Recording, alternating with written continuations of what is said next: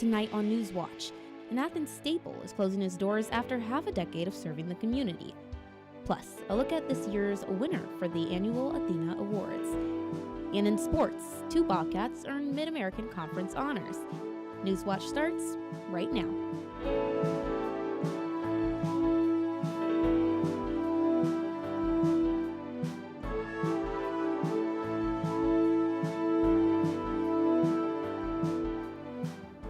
Good evening, I'm Silver Barker. Welcome to Newswatch. The Pharmacy, a natural food store operating in Athens and serving the community for the past 53 years, is closing its doors. The store's owners made the announcement yesterday on Facebook, saying after years of disruption from Stimson Avenue, improvements in competition from a new natural food store in town contributed to their decision. A final closing date has not yet been set. To stay up to date on what's next for the pharmacy, the owners say you can leave your name, email, and social media at their store on their website. The City of Athens announces this year's winner of the Athena Award. Newswatch reporter Jack Green joins us live with more from last night's event. Thanks, Silver. The Athena Award is the only award given by the city and recognizes a person or organization providing exceptional service to people living with disabilities in the community. And this year was given to one man who's advocated for people across the state. William Peacock says doctors believed he wouldn't be able to walk or talk. I was diagnosed with cerebral palsy.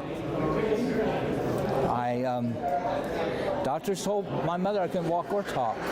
Now, 56 years later, he not only speaks for himself, but for hundreds in the community, and was honored with the 2023 Athena Award by the city in front of dozens of people for his work.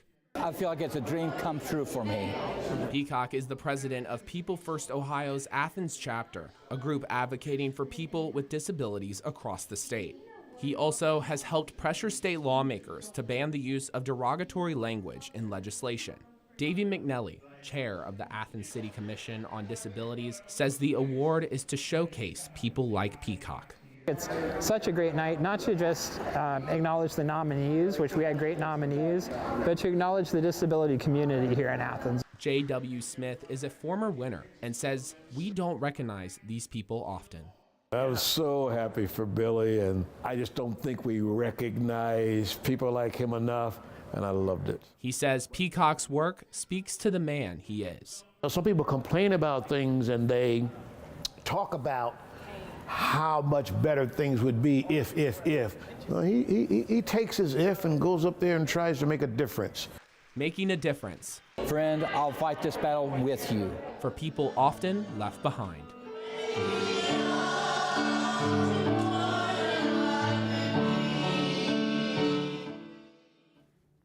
Peacock says with the award, he wants to continue opening doors for people in the community. Reporting for Newswatch, I'm Jack Green, live in studio. Thanks for that, Jack. State Rep Jay Edwards wants to designate a Joe Burrow Highway in Athens. The stretch of highway is by Athens High School, where Burrow went to school and where the football stadium is currently named after him. In a news release yesterday, Edwards says he doesn't typically sponsor road naming bills, but he believes Joe Burrow is a worthy cause. Edwards went on to say Burrow has, quote, never forgotten his hometown and has contributed significantly to Southeast Ohio, especially in his fight against hunger in Appalachia, end quote. The Joe Burrow Hunger Relief Fund supports operations at the Athens County Food Pantry, which serves residents of Athens County experiencing food insecurity. Good evening. I hope everyone is having a fantastic day today. We've had a pretty chilly, pretty breezy day today. Right now we're looking at about 50 degrees outside for our temperatures, a little bit of breeze, enough to blow those dead leaves around. We're pulling out of those fall beautiful colors and going into our dead November light colors, but still a wonderful day to be outside because we have those gorgeous clear skies. We're looking at overnight conditions right now where it got pretty chilly outside. We had an overnight low of about 21 degrees, and we're going to take a look at our future forecast here in just a bit of what we can expect for this upcoming weekend. Thank you. Early voting is winding down in Ohio as we approach Election Day. The deadline to request an absentee ballot has already passed. You can still vote early, but now you must do so in person at your county board of elections. Take a look at your screen for in-person early voting hours through this weekend. And if voters can't make it to the polls this weekend, they can still vote by mail. Absentee ballots must be in the mail by next Monday, the 6th, and they must be received by your county board of elections by Friday, the 10th, to be counted. If you have an absentee ballot that isn't in the mail by next Monday, you can still turn it in to your county boards of elections offices in person on Election Day. Polls on Election Day open 6:30 in the morning and close 7:30 at night. And remember that if you plan to cast your ballot in person, you'll need to bring a valid photo ID. A Republican state senator wants to block county boards of elections from collecting absentee ballots through outdoor drop boxes. During the COVID-19 pandemic, ballot drop boxes became more common in Ohio, and voting rights organizations have fought to get counties more of them. But Senator Neeraj Antani wants to get rid of them altogether, saying he's concerned with their security. Antani says voters would still be able to hand in their absentee ballots directly to BOE workers. Current law allows one drop box per county on Board of Elections property under 24/7 video surveillance and strict limits on who can handle those ballots collected. The bill seeking to address what conservatives call cancel culture and indoctrination at Ohio's public universities is getting a makeover. Earlier this year, the higher ed bill's ban on mandatory diversity, equity, and inclusion training was altered because some federal grants require DEI training. As a compromise to get Senate Bill 83 through the House, this bill's sponsor, Republican Senator Jerry Serino, says he's taken out the ban on faculty strikes and added an appeal process for required faculty evaluations. But Serino says he doesn't expect to win support of faculty who loudly opposes it. Terms for trustees have changed from 4 to 6 years, still less than the current 9 years terms. Ohio could receive $86 million to expand opioid treatment services. The Biden administration is requesting more than $1 billion from Congress to strengthen addictions resources across the country. If passed, Ohio will receive the third largest chunk of state funding behind California and Florida. Director of the White House's official Office of National Drug Control Policy says the money is critical to fight the opioid crisis. Ohio has one of the nation's highest overdose death rates. According to the Centers for Disease Control and Prevention, more than 5,000 Ohioans died by overdose in 2021. For decades, suicide rates and stress-related conditions have been higher in agriculture than in other industries. A newly formed alliance is now aiming to equip Ohio's farmers with tools to better manage their mental health.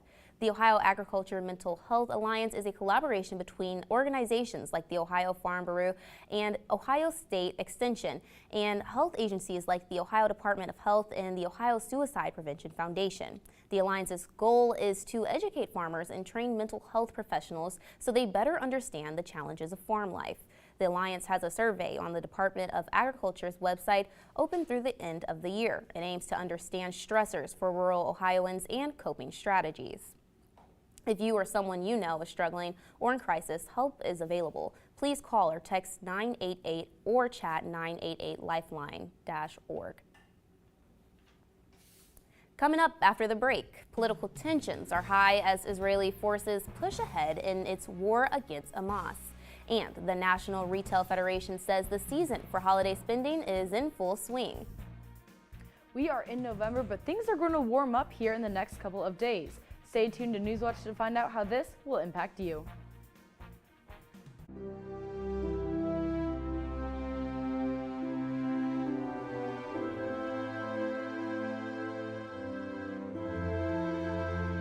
It's Elvis Presley! Elvis was a very patriotic fellow. He was more sensitive now to understanding World War II since he wasn't in it and understanding about this story. Tonight at 10 on WOUB. Did you know that you can donate property to WOUB Public Media? I'm WOUB Community Engagement and Membership Manager Sherry Russo. Donating property is a great way to support WOUB, and you may even claim a significant tax deduction. Properties in any location, condition, and format are eligible for donation to WOUB. Back taxes, mortgage balances, and deferred maintenance do not prohibit your ability to donate. Our program covers all loans, liens, commissions, and closing costs, so long as there is equity in the property. If you have a land, residential, or commercial real estate asset that's unused or costing you money, consider giving back to the station you love by donating it to WOUB. And the process is easy. Go to WOUB.org and click the Support tab to learn about property donations, along with many other ways to support WOUB. This title, chaplain. Getting your workout on? Yes, sir. We'll get down there with you. People come to us with the things that normally burden their soul. Remember, you were trying to become the first female Muslim chaplain. It's imperative to have somebody say, yeah, I see where you're coming from. It's in my DNA to help you. Monday at 10 on WOUB.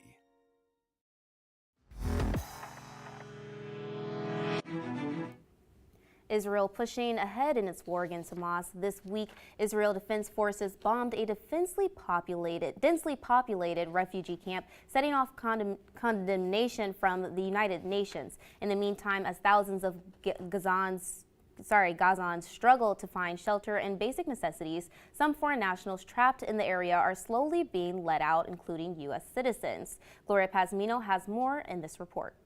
A hammer is their only tool. Then it's their bare hands as Gazans sift through piles of mangled metal, concrete, and dust in search of bodies. This is the second hit on the Jabalia refugee camp this week. The Israeli military says it was targeting a Hamas command and control complex and killed several Hamas members, and blames Hamas for intentionally endangering civilians by building its infrastructure in populated areas. The director of Gaza's Indonesian hospital says the strike killed scores of people and injured hundreds more. The scale of destruction is widespread and pressure is growing on Israel to call for a ceasefire as the civilian death toll from the war escalates. In the meantime, a glimmer of hope as injured Palestinians and hundreds of foreign nationals, including U.S. citizens, have started arriving on the Egyptian side of the Rafah border crossing Wednesday. Back in the U.S., political pressure is mounting. President Biden was confronted by a rabbi during a private fundraiser in Minneapolis. Mr. President, if you care about Jewish people as a rabbi, I need you to call for a ceasefire right now. Biden responded by saying he was supportive of a humanitarian pause to allow for the release of the more than 200 hostages held by Hamas in Gaza. Muslim leaders representing a key voting bloc in Minneapolis say the president failed to meet their deadline to call a ceasefire this week. No ceasefire, no vote in 2024. For Newswatch, I'm Gloria Pazmino. Pretty chilly night last night. We had temperatures drop into the low 20s, reaching about 21 degrees here in Athens, Ohio, putting a lot of frost in your car. So I know if you had to wake up and go to that early commute or drive to school, you were scraping off your windshield. But now temperatures have risen up to about 50 degrees. So a bit more on the comfortable side of things, but still a chilly start to our November. But at least we are seeing some gorgeous, gorgeous clear skies outside, and at least that sunshine is poking out. Now, part of that reason is due to this high pressure that's been sitting over the Carolinas for a little bit, but this is a pretty extensive system, so it's stretching down throughout the west as well, and that's really helping to clear skies out, except for northern Ohio. Northern Ohio, we saw a couple of snow flurries starting November 1st, so along with a lot of businesses, northern Ohio and the weather was ready for Christmas, but that's not coming up just quite yet. We're actually going to see a rise in temperatures since that high pressure is helping to push a lot of these clouds out of the way, allowing for a lot of sunshine to come in and warm everything up. And we're going to see these temperatures that we're currently seeing in the mid-50s now jump up into the 60s as well. And that's due to this high pressure pulling warm air up from the south and helping to clear skies. So it'll be a pretty interesting week going forward, jumping from the 40 degrees up to the 60s. But as far as tonight goes, we're still still going to see a pretty chilly night. We're going to have an overnight low of 26 degrees with those mostly clear skies. So while the stars will be out, so will your jackets because it is going to be cold. Tomorrow will be a pretty similar day to today. We are expecting a high of 59 degrees with that overnight low of 36. So a little bit of difference in that overnight condition outside. But for the most part, another chilly day, another day you want to bring out your jackets. We're also starting to see those leaves start to fall and swirl up from that wind. So it's going to be a little bit of a breeze as well.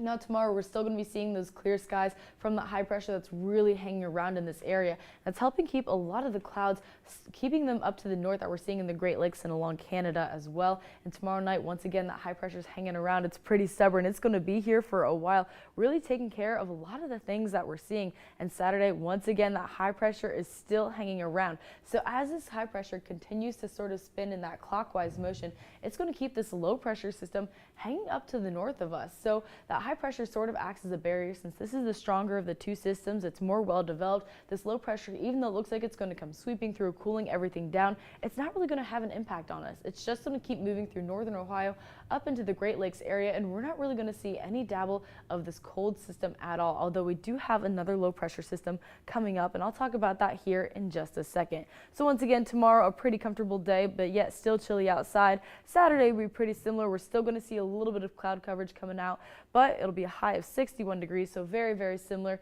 to our Friday conditions. And on Sunday, we're going to see a steady increase. That high pressure is still going to be hanging around. We're still going to see a lot of that warm air start to move through, and a lot of that warm air is still stretching across the country. So as our weather systems move from the west towards the east, we're just going to keep seeing the impacts of that. So Sunday, we're looking at a 64-degree high.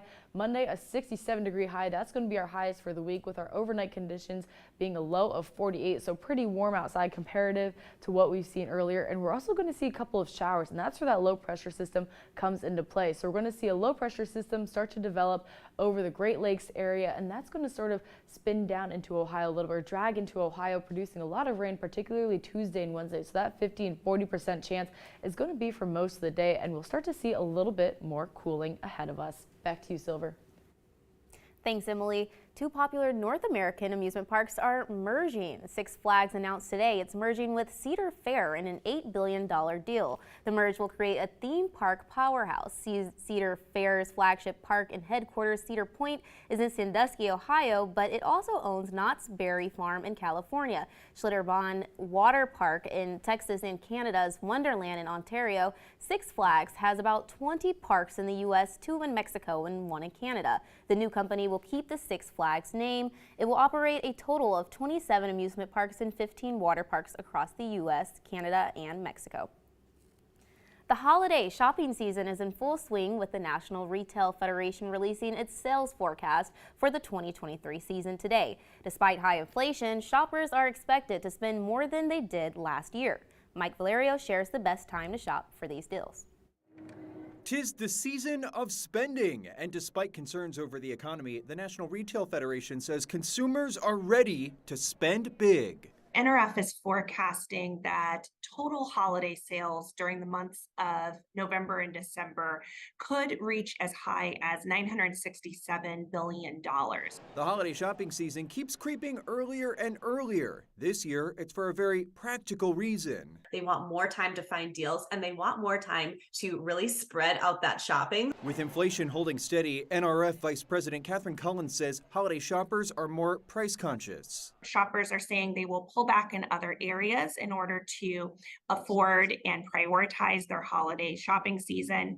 They will search for sales and deals and really look for ways to make every dollar count. And where are they putting those dollars? Gift cards were the top item that people said they were shopping for this year rather than specific products. Another big trend this season, beauty and self-care products, thanks in part to influencer culture. Shoppers are finding influencers and social media to be increasingly important when it comes to hearing about deals, but also discovering new products and things that they didn't know they needed.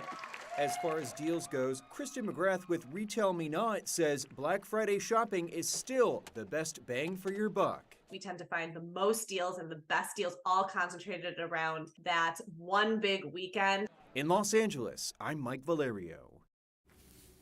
Coming up in sports, Ohio field hockey starts their playoff run and takes home some hardware. That story's still ahead. And for the latest from Newswatch, check us out on Instagram, Twitter, and YouTube. On Masterpiece. You mustn't make a sound. There are ears everywhere. Your enemy now looks like your friend.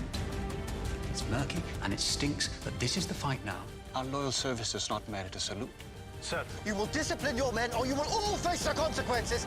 we hold the line at all costs. What is he doing? World on Fire. On Masterpiece.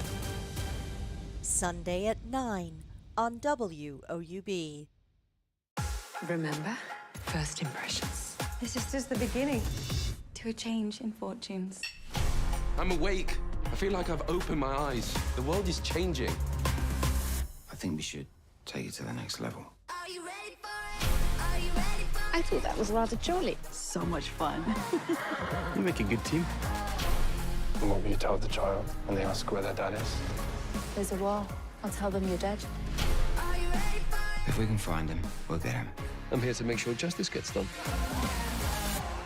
I really love you more than anything.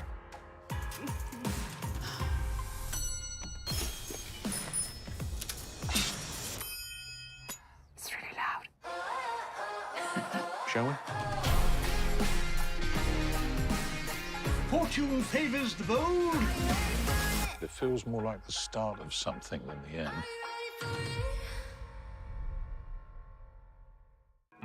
On Masterpiece Mystery. I transferred to join your team, weren't you told? Annika likes to wait a few years before she tells me the big stuff.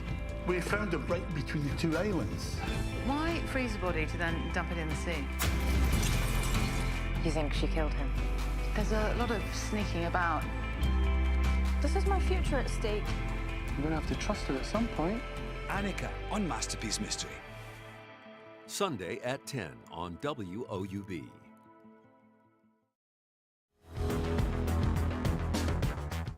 Welcome back to Newswatch. I'm Dylan Westmeyer. Nelsonville York Volleyball is currently playing Meadowbrook in the regional semifinal. The Buckeyes took down Southeastern in the district final in a tight 5-set thriller that saw NY come back from 2 sets down to win the matchup. Meadowbrook, on the other hand, cruised to its district final victory with a straight sets win over 2-seeded Union Local. If the Buckeyes are able to pull through and win this matchup, they will play the winner of South Webster and Adena on Saturday at Logan High School at 2 p.m. Sticking with volleyball, Ohio hosts Eastern Michigan in a 2-game series this weekend. The Bobcats make their way back into the convo after a win over Toledo and a loss to Ball State last weekend. Ohio sits at 8-5 in conference play with a 13-12 record overall. The Bobcats still have a chance at the regular season title, but they would need Buffalo to drop 2 of their Final Four matchups. Eastern Michigan comes into this game on a win after snapping a 16-match losing streak against Miami. First serve is set for 7 p.m. on Friday and 4 p.m. on Saturday. Staying on the court, the Ohio women's basketball team played an exhibition game against Marietta. The Bobcats took down the Pioneers 92-62. Ohio won the matchup with 5 players scoring over 10 points. Ohio was led by freshman guard Monica Williams, who had 17 points, 3 assists, and 3 steals, and junior Kennedy Watkins with 16 points.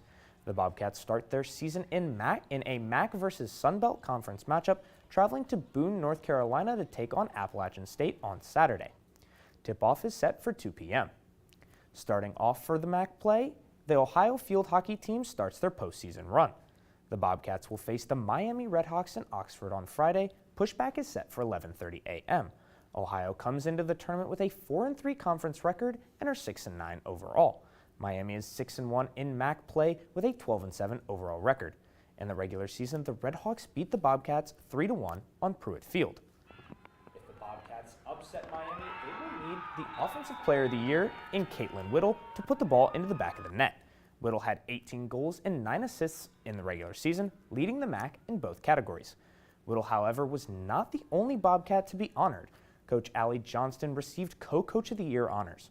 Johnstone led Ohio back to the playoffs this year after falling just short last year. Heading up to Kalamazoo, Ohio's soccer team continues its exciting playoff run.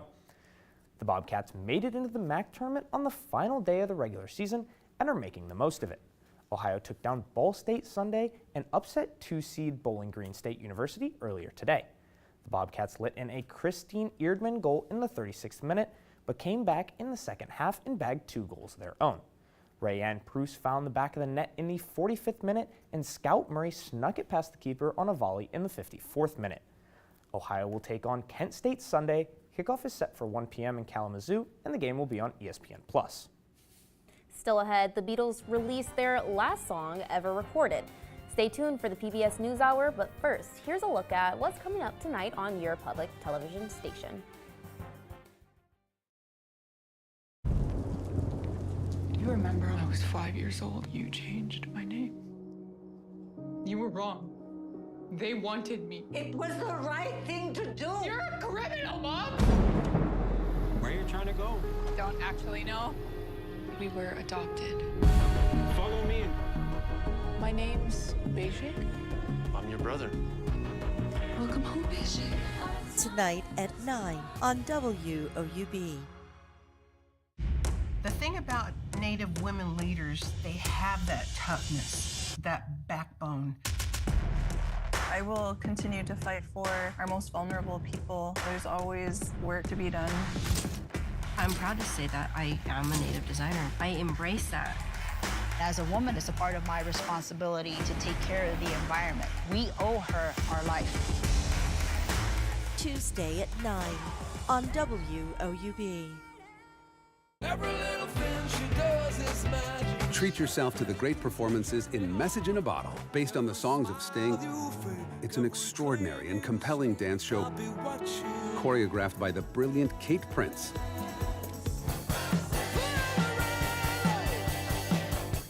Don't miss this remarkable Message in a Bottle on Great Performances. Friday at 9 on WOUB. Debajo de tu toalla, tocarte, tocarte, tocarte, tocarte, tocarte, tocarte, tocarte. Cuando dijo que sí, Bolivia.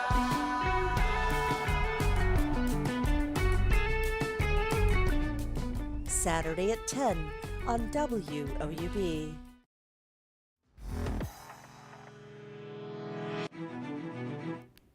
And our final story of the evening, the last song the Beatles ever recorded was released today, decades after John Lennon wrote it and more than 50 years after the band split. Lennon recorded a demo of his vocals for the song titled Now and Then in the late 1970s. He was assassinated in 1980, but his widow, Yoko Ono, gave the demo to the remaining Beatles members in 1994. The track was then worked on by Paul McCartney, Ringo Starr, and George Harrison for a year, but they couldn't separate Lennon's voice from the sound of a piano in the track. After Harrison died in 2001, it took McCartney and Starr more than 2 decades to begin working on the song again. AI was used to isolate Lennon's voice from a demo track for the 2021 docuseries The Beatles Get Back. McCartney then redid the bass, Ringo added the drums, and they kept Harrison's guitar parts from 1995. All right, well, Emily, can you give us a final look at weather and wrap? Sure. Tonight's going to be a pretty cold night tonight. We're expecting our overnight low to be about 26 degrees, so another chilly night if you need your jacket. But if you're going outside, take a look up at the sky because we're expecting mostly clear skies, so you'll get a chance to see some stars. Now, the main reason we're seeing such clear skies is due to this high pressure that's been sitting to the south of us, and that's really stretching right across over to the west. And so that's going to create a bit of warming going on since we're allowing a lot of sunshine to come in, and it's also pulling a bit of warm air from the south. So that's going to pull some warm air in these next couple of days, and tomorrow we'll see a pretty similar day to today with our temperature high of about 59 degrees and our overnight low out of the 20s. It'll be about 36 degrees with those partly sunny skies. Now Saturday, even though it looks like we're going to get another cold front and low pressure system, unfortunately for us, that's going to go right to the north, and we're going to still be seeing the effects of this high pressure system for this weekend. So things are going to warm up, but then on Tuesday we're going to see a bit of a drop as we're seeing a low pressure system develop over the Great Lakes area, pulling in some rain for us, and it's going to be another chilly week ahead of us, but a nice weekend. Well, that's what I like to hear, a good weekend. Well, that does it for our broadcast this evening. Thanks for watching. For Dylan Westmeyer and Emily Dietz, I'm Silver Barker. Stay tuned for the PBS NewsHour coming up next, and remember, you can find the latest news anytime at WOUB.org or follow us on social media. Have a great night.